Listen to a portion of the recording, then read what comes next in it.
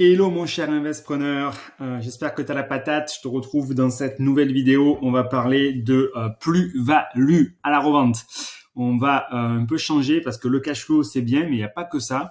Et je vais essayer de te montrer dans cette vidéo comment est-ce que tu peux faire de la grosse plus-value facilement. Comme d'habitude, avant ça, je t'invite à t'abonner à cette chaîne, à mettre un petit pouce pour encourager du coup le développement de la chaîne et à me dire en commentaire à la fin ce que tu penses de tout ça. Alors, on est du coup sur je suis en mode recherche là depuis le début de l'année.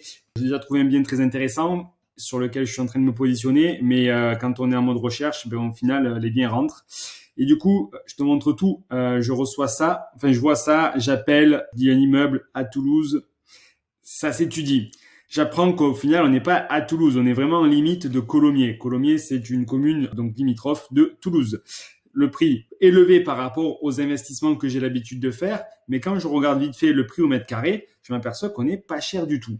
Parce que là, tu vois, je te montre un truc. Donc, quand tu connais le secteur, tu vois que là, bam, ça c'est l'adresse. Tu vois, grosso modo, l'appartement ou la maison, on est à 3 000 € du mètre carré. Ça commence à 1 900 et ça va jusqu'à 3 500. Donc, moi là, typiquement, je vois ça. Je me dis, il y a peut-être quelque chose à faire.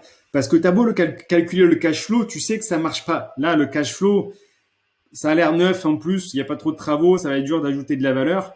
La question, c'est pourquoi est-ce qu'ils vendent à ce prix? Parce qu'ils sont carrément là, on est au prix minimum en fait. On est au prix minimum que je t'ai dit, 320 000 divisé par 165 mètres carrés, on est à 1939. Donc, on est aux 2 000 € que je t'ai montré.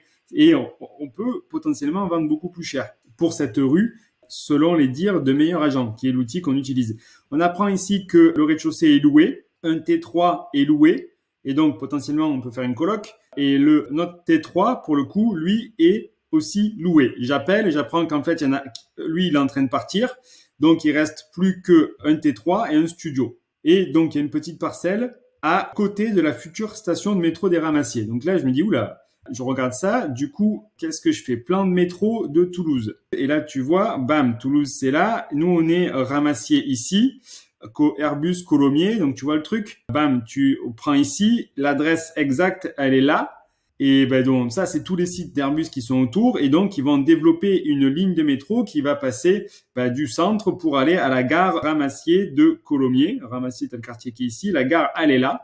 Et ça va passer. Alors, on n'a pas encore le tracé exactement où. Quand tu regardes sur le développement de la chose, ici, voilà, tu vois, ils savent pas exactement encore le tracé. Mais en tout cas, ça va aller à la gare de Colomiers. Donc, là, typiquement... déjà, tu as une plus-value certaine. À partir du moment où tu as un métro qui va être relié à la gare de Colomiers, en 15 minutes, il sera possible d'aller sur les sites d'Airbus, que je connais très très bien, à partir du centre-ville. Donc, idem, les gens habitant ici à l'extérieur pourront aller en centre-ville de Toulouse assez facilement. Donc, ça donne une plus-value certaine. Donc, là, censément, ça va prendre de la valeur. Mais déjà, sur le prix donné, il y a 1 000 €, là, facilement, voire 1 500. Là, puisqu'on est à un prix d'achat ici, à 1 900, sur du truc donné. Donc, c'est clair que, tu vois, tu as beau chercher du cash flow, tu sais que ça va pas trop le faire parce que je t'épargne le truc. Mais là, grosso modo, même si je mets des colocations, ou même de la courte durée, on la compte jamais. Mais je sais que, vu la localisation, ici, je peux potentiellement faire des colocataires avec des personnes salariées d'Airbus. Il y a des écoles aussi. Colomiers, il y a des lycées. Donc, la coloc, ça doit marcher. Mais si je calcule comme on le fait d'habitude, même si je mets dans les T3, une fois que les personnes seront parties, des loyers à 400 €, ça fait 800 €, 1 600 €. Et lui, je peux peut-être le louer à 600 € une fois qu'il sera meublé et rénové. Je viens de les visiter, je vais te donner les détails. Mais je sais que j'aurai jamais de cash flow. Il y aura jamais de cash flow, c'est pas possible. Pour le prix, pour la négociation. Bref, je vois ça, je me dis, oula, prise de valeur, construction de la ligne de métro. On est déjà pas cher par rapport au prix du mètre carré moyen. Bon, moi, je perds pas de temps, je vais visiter. J'arrive sur place. Déjà, il y a un garage.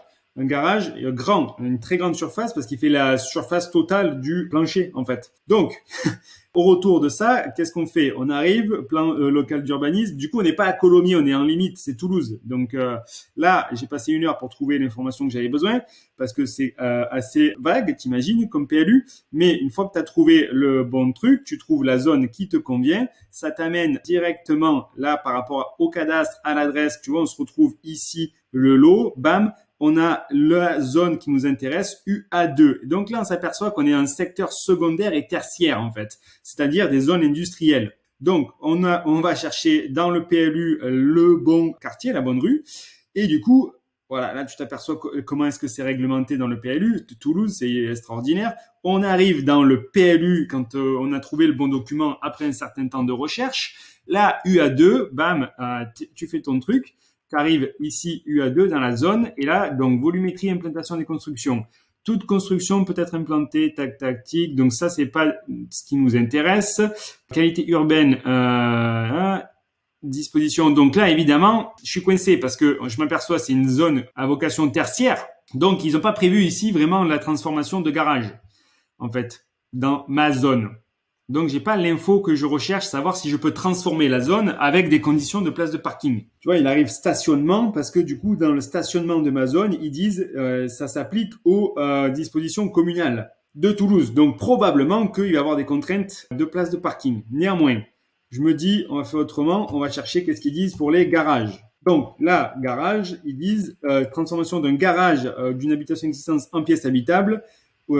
Stationnement devrait être identifié sur la parcelle dans les conditions normales d'utilisation, ce qui veut tout et rien dire.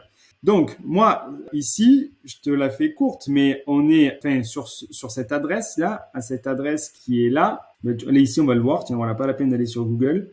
Là tu vois, tu as des places de parking déjà. Alors ici, je peux pas plus zoomer, mais t'en as. Est-ce qu'elles sont déjà liées avec les appartements existants? Je sais pas, j'ai pas les papiers. Bon, potentiellement, en plus, ici, maintenant, il y a des zones industrielles, des parkings. Donc, il y a des parkings ici aussi, en réalité. Donc là, ça, c'est le site d'Airbus. Tu vois, les gens, ils peuvent aller travailler directement, bam, et à pied. Toutes les personnes en déplacement, ou les stagiaires, etc. Mais là, tout là, il y a plein de parkings. Donc, c'est pas forcément… Est-ce que c'est rédhibitoire? Personne ne le sait. Je vais devoir faire la démarche à la mairie. Donc, ce que je sais qu'aujourd'hui, c'est que j'ai pas de cash flow, c'est clair. Après, ça se calcule. Si je mets de l'apport ou pas, peut-être que j'arrive à faire quelque chose. Mais en tout cas, je sais que j'achète bien au-dessous du prix du marché, au prix qui est demandé, 1 000 €. Alors après, pourquoi est-ce qu'ils vendent si peu cher? Quand je me déplace, que je vois sur place, c'est parce qu'ils sont en mode séparation, les propriétaires, et donc il faut faire rentrer du cash rapidement, qui est potentiellement une très bonne affaire du coup. Alors là, je fais la visite. Tu vois le truc, il n'y a pas beaucoup de travaux. Effectivement, j'ai pas pu visiter les lots qui étaient habités, mais du moins sur celui-là qui était inhabité, il y a grosso modo une petite salle de bain à rafraîchir et un sol à refaire dans la chambre. Il y a déjà les 3 compteurs. Potentiellement, du coup, on peut faire un 4e lot, mais je le compte pas dans l'équation. Allez, je compte que les autres, sur les photos que j'ai vues, sont en même état. Donc, je compte grosso modo, allez, 15 000 € grand maximum pour les T3. Ça ferait 30. Allez, le studio, s'il faut le rafraîchir aussi, comptons 10 000, mais c'est en bon état. Pour être au prix du marché. Donc là, pour moi, ça reste potentiellement même au prix une bonne affaire, même si c'est très élevé. On fera jamais de cash flow, c'est clair. Mais ce que je me dis, c'est que je vais tenter de faire une offre parce que je sais qu'ils sont pressés, parce que j'ai fait la visite, je me suis déplacé. Je vais faire une offre sans condition suspensive, en fait, d'obtention de prêt. Donc, je vais leur faire une offre très, très, très basse. Très, très basse par rapport à ce prix demandé là. Je pense dans les 250 000 €. Dans les 250 000 €, parce que je vais justifier que derrière, mine de rien, il y a des locataires en place, c'est pas génial, parce qu'il y a des travaux, parce qu'ils sont pressés, je mets pas de conditions suspensives, ça c'est moi qui prends le risque, sachant que, bon, en réalité, je te le dis, il n'y a pas vraiment de risque. On verra ce que ça donne, devenir propriétaire à Toulouse, ce serait sympa. Là, en gros, moi, selon ma méthode, si une fois que ces appartements-là seront libérés, et il y en a un qui est déjà libre, ce qui est une bonne chose, les 2 autres, je sais que je peux aussi potentiellement essayer de négocier que le T3 soit libéré, en fait, parce que ils s'entendent pas très bien. Il y a eu des impayés, donc en conditions suspensives, pas de prêt, mais je peux potentiellement dire que les locataires partent. Donc potentiellement, je me retrouve avec 2 chambres à 400 € sur 2 appartements, 1006, et là, bon, 500 €. ça fait 2000 euros. Allez, 2100 euros quand il partira. Lui, ça doit se louer 600 euros. Je compte quand ils partiront. Donc, plus 600. Ça fait 2002 x 12. Ça fait, allez, si je veux le revendre à 10% facilement, je suis à 264 000. Moi, là, si je fais mon offre à 250, que je m'en sors à 300 avec les travaux, 264 000, les 10% de rentabilité, c'est énorme pour des investisseurs lambda qui vont peut-être chercher. Il y en a qui achètent à 6% en fait. Le 3/4 des personnes achètent à 6% de rentabilité. Donc, je pense que ça se revend très facilement, surtout quand je vois le prix du mètre carré qui est ici et qui va prendre de la valeur énorme, énorme prise de valeur grâce du coup au métro. Là, donc là, il y a déjà ici 1000 euros du mètre carré parce que du coup, si j'achète à 300 000 euros le truc divisé par, on a dit qu'il y avait 165 mètres carrés.